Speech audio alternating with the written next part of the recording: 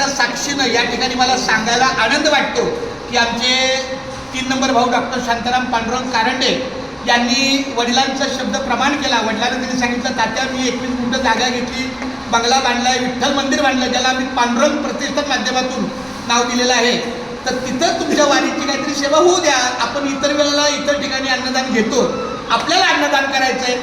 तर आमच्या वडिलांनी तात्यांनी आपल्या शांतारामचं म्हणणं ऐकलं आणि त्यांनी वाशीनंतरचा मुक्काम महापनंतर नेवाळी गाव नंतर वांगणी नंतर भिवपुरी नंतर मोहड आणि मग 6व्या दिवशी आम्ही खोपोलीला पोहोचायचो.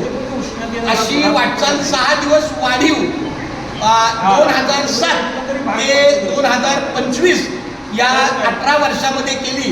पण मागच्या 2-3 वर्षापासून असं मला पण जाणवलं आणि मी स्वतः पनवेलला निवासी झालो.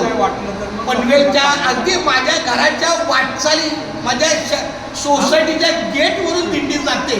तर मी आमच्या बंधूंना विनंती केली, बाबा म्हणलं तर तुला आतापर्यंत जे काही सहकार्य मिळालं ते तुझ्या प्रारंभात होतं, मलाही काही माऊलीची सेवा करण्यात योगदान होते.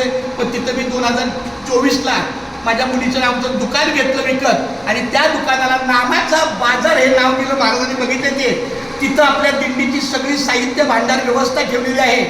त्या माझ्या बंधूला वाईट वाटू नये, लक्षात लगेच आपण त्या पद्धतीचा वेगळा मार्ग करू नये याचा मी सारासार अगदी निष्पाप भावनेने विचार केला. त्याने पण माझ्या विनंतीला मान दिला. म्हणलं आता मी तिथं घर घेतलं, चांगल्या पद्धतीचं 2 BHK आहे, दुकान आहे, तिथं आमचं राम मंदिर आहे. तर म्हणलं मला असं वाटतं की अशी मलाही सेवा मिळावी, माझ्या पण घरी वारकरी यावे. त्यांनी मोठ्या मनाने सांगितलं तू काय करते. अशा पद्धतीनं जुना मार्ग आता उद्याचा मुक्काम हा पनवेलच्या गडाळला आहे. पनवेलच्या उद्या सकाळचा रामकृष्ण कुंडली